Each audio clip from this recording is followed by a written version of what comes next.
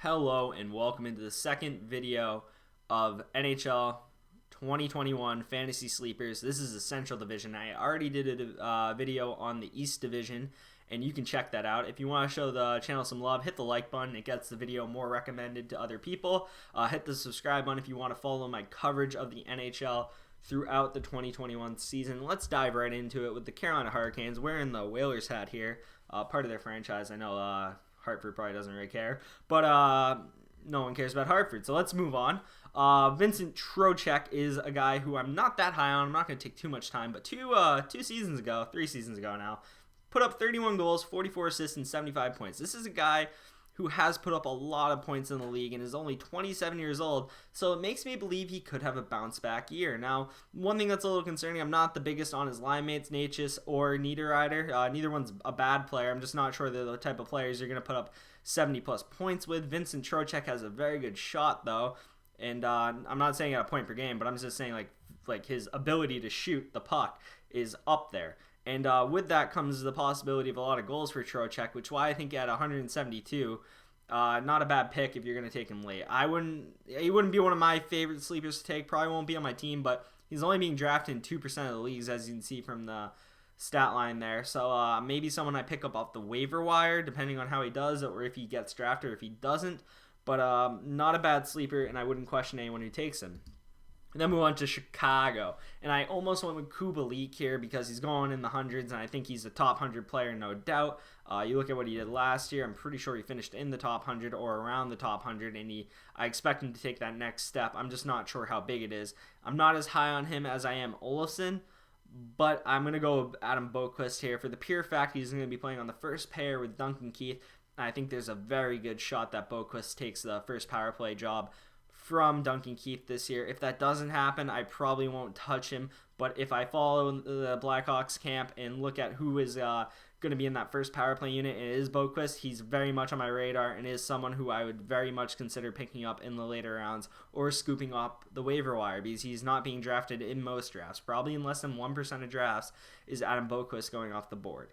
But definitely someone to watch and definitely someone who you should not sleep on if he has a good season. I mean, you look at his stats, he put up 60 points in 54 games in the OHL, immediately got called up to the, or not called up, immediately in the next year, not even to the AHL, straight to the NHL to play on the first pair with Keith, average 16 minutes. He's going to be a good defenseman in this league. It's just a matter if it's this year he gets put on that unit or the year after that, because it's coming. He's a young guy at 20 and definitely a guy who is going to be fantasy relevant in the not so distant future. We then move on to Columbus, which this is a can't miss guy in my opinion.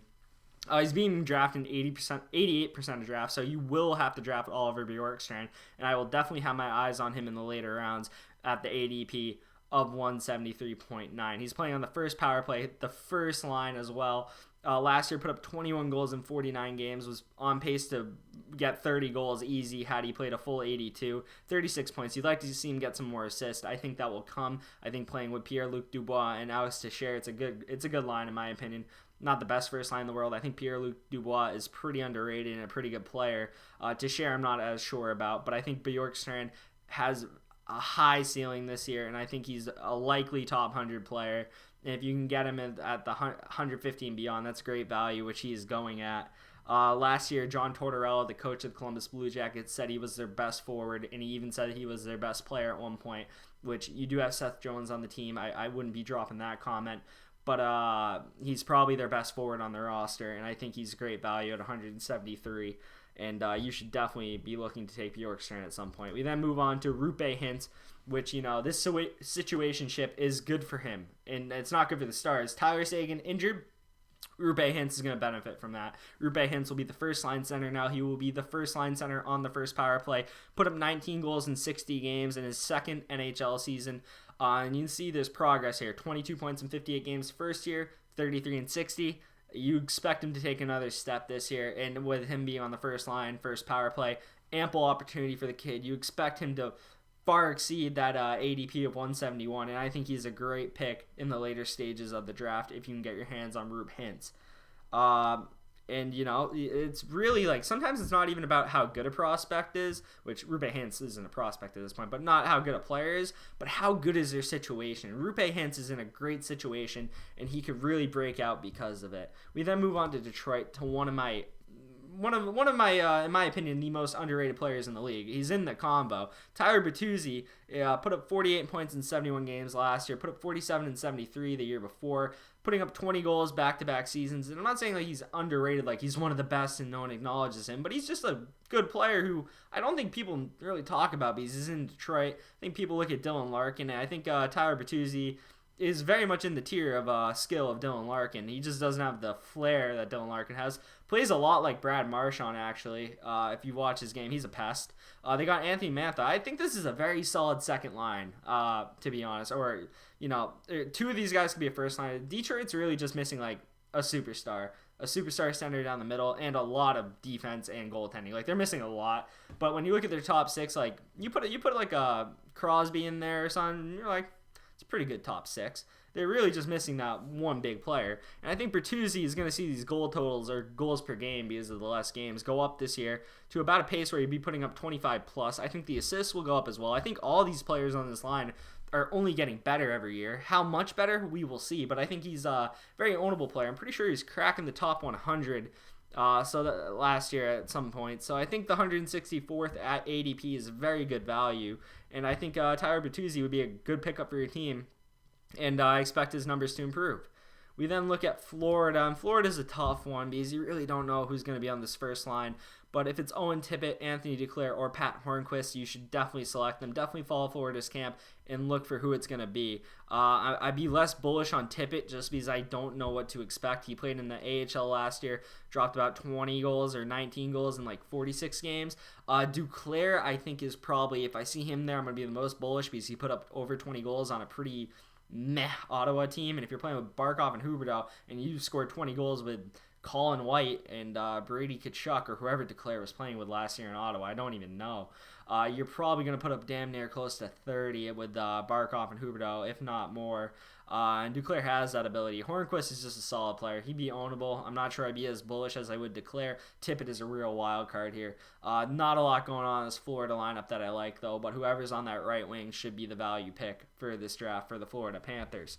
We then move on to a guy who's pretty underrated, and I can't figure out why. It was like, this isn't as egregious as Jakub Voracek. Maybe it is, actually, because of the goals. But we're looking at a guy who put up 31, 29, 34, had one down year, and now his ADP is all the way at 160 when he's probably a top 100 player this year, if we're being honest.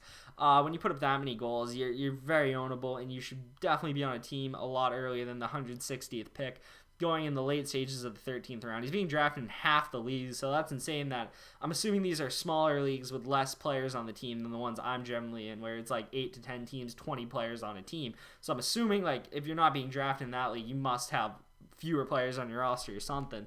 But this is a guy who's probably going to go back up to his 30 goal per game pace, probably going to put up 20 plus assists if it's a full 82. If it was a full 82, it's only 56, but I'm talking relative to what it usually is to give you an idea of what I think his production would be in a normal year.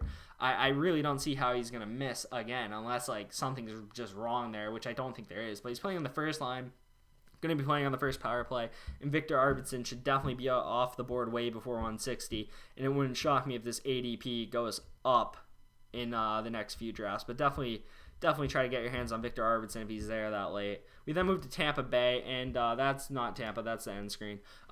This one I was gonna be way more bullish on Anthony Cirelli had Nikita Kucherov not gotten injured, because I was pretty sure they were gonna play Stamkos with Cirelli. Now I'm pretty sure Stamkos will be playing on the first line with Point on the right wing.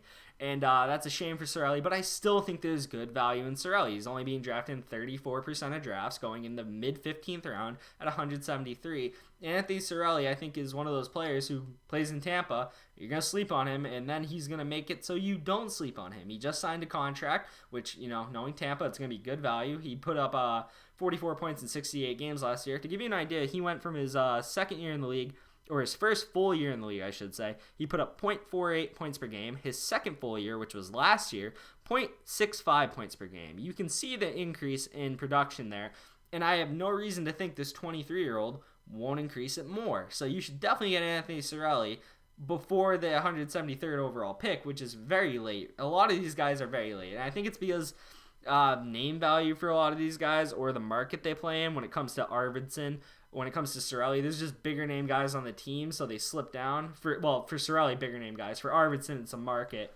For Tyler Bertuzzi, it's 100% the team being trash. Bjorkstrand, it's the market. Dallas, Rupe Hintz, it's because you got guys like Sagan and Ben above him. Boquist, that's just because he hasn't played enough for people to know him. Vinny Trocheck, it's just because of the market. That's what it is. He's not a star, and he's not in a good market for it. That's where a lot of these sleepers come from in this division, and there's definitely some value picks in this division. And I think the Tampa Bay Lightning have a few other good sleepers, like Alex Killorn wouldn't be a bad shout here to be on this list. Tyler Johnson playing with Cirelli. This whole line's pretty good value in my opinion. I think all these guys are going to be pretty fantasy relevant this year. I think Andre Palat's a solid pick at where he is. He's going kind of higher because people know he's playing on the first line. But those are my sleepers for the Central Division. I hope you enjoyed the video. I put a cool little picture of Simone Gagne here because I just saw it online. I was like, I need to include that in the end screen. Thank you for watching the video. If you like my video, hit the like button. Hit the subscribe button if you want to follow my coverage going forward. Tomorrow will be the West Division, and then Tuesday will be the Canadian Division. And if you like my fantasy hockey videos and you want me to post more, please say so, because I don't have it planned to make this a regular thing, but if people really like them, then I will make them more often. Maybe make like a waivers pick up who people should pick up once the season gets going. Obviously not going to make that now. It's way too early. There hasn't been any games played or anything like that. But thank you for watching the video as always, and I will see you in the next one. Peace.